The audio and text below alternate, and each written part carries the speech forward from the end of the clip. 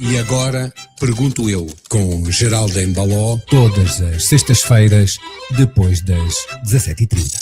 Rádio Essencial, em 96.1, uma rádio de palavra. Perguntar não ofende. Seja bem-vindo, querido ouvinte, a este seu espaço onde já sabe perguntar não ofende, no final de uma semana marcada a nível internacional pelo Mundial dos Recordes. Ainda vai pelo começo e já bateu vários recordes de maior número de anfitriões. Por exemplo, este Mundial tem 3 nações a receber jogos: o México, o Canadá e os Estados Unidos, em 16 cidades. O maior número de jogos, 104, entre 48 equipas, o maior número. São mais 16 equipas do que no último torneio e, segundo a FIFA, também há recordes de espectadores e recorde de valores de prémios que irão rondar os 720 milhões de dólares, 50 milhões para a equipa vencedora. Também há um recorde de presença de equipas africanas no Mundial, são 10, incluindo os PALOP, dos PALOP Cabo Verde. Mas este Mundial talvez tenha batido outros recordes, os de polémica política, já que é, por exemplo, a primeira vez em que no torneio uma equipa vai jogar numa nação com a qual está em guerra. A seleção do Irão vai defrontar a Nova Zelândia no estado do SoFi, em Los Angeles, na terça-feira, e depois vai defrontar a Bélgica enquanto está em guerra com os Estados Unidos. A equipa assentou a Reais no México para evitar ficar nos Estados Unidos, até porque há problemas de vistos, e vai regressar logo após os jogos. O jogo do Irão, também contra o Egito, em Seattle, também está a arrastar outras polémicas, porque está marcado para uma data que vai coincidir com uma parada dos direitos LGBT, que nos dois países, tanto no Irão como no Egito, são absolutamente criminalizados. Os nacionalismos e os outros ismos todos que trazem ao de cima estão a ser exacerbados também por outras polémicas. Li, por exemplo, na BBC uma reportagem que ilustrava o desdém votado pelos africanos aos Bafana Bafana por causa da xenofobia que enfrentam os africanos de outras nações em território sul-africano, com demasiada passividade das autoridades sul-africanas, e depois da derrota frente ao México, que tem também as suas polémicas de racismo contra jogadores, de homofobia por parte dos fãs, muitos adeptos de diferentes países africanos, incluindo muitos em Angola, celebraram com sombreros a derrota dos sul-africanos, mais do que celebraram a vitória do México. Os sul-africanos reagiram muito com nem todos os africanos sul-africanos são xenófobos e muito com vamos continuar, não venham para a África do Sul. Júlio Malema, que tem tido uma postura de Estado ao condenar veementemente a xenofobia como a arrogância, ingratidão, ignorância e cobardia, que na verdade é, postou sobre uma série de peripécias que destroem o espírito da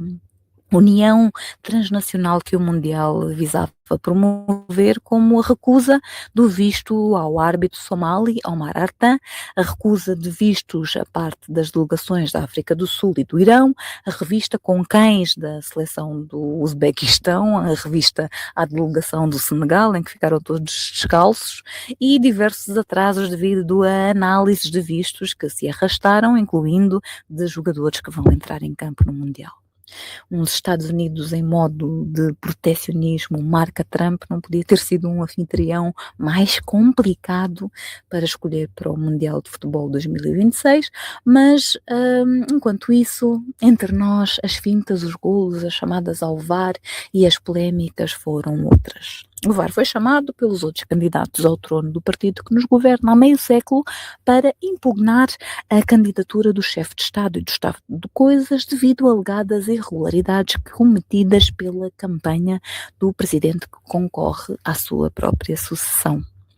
De fora do campo político, esta semana também Isabel dos Santos concedeu entrevistas, incluindo à Rádio Essencial, que também apanhou por tabela por a ter entrevistado, para esfregar o golo da decisão da relação de Lisboa, que não encontrou provas de que as acusações do chefe de Estado e do Estado de Coisas, as acusações que lhe vinha fazendo de que o dinheiro que teria usado para a compra da EFASEC era público,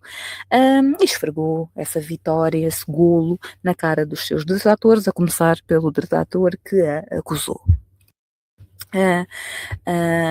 Com relação à empresária e às críticas à entrevista, é preciso, antes de qualquer opinião inquinada, quer pela intolerância, sequer à voz da senhora, quer pela adoração que também recebe no canto oposto, que o facto de motivar toda esta comoção, que motiva os milhares de comentários online, os longos textos de alguns dos articulistas do laboratório de propaganda do governo e do partido, a defesa por parte dos internautas e membros do seu fã-clube, o facto é que toda essa comoção de um lado ou de outro do campo só faz justificar as entrevistas que lhe são feitas sempre que está disponível para falar, o que é evidentemente quando lhe interessa falar.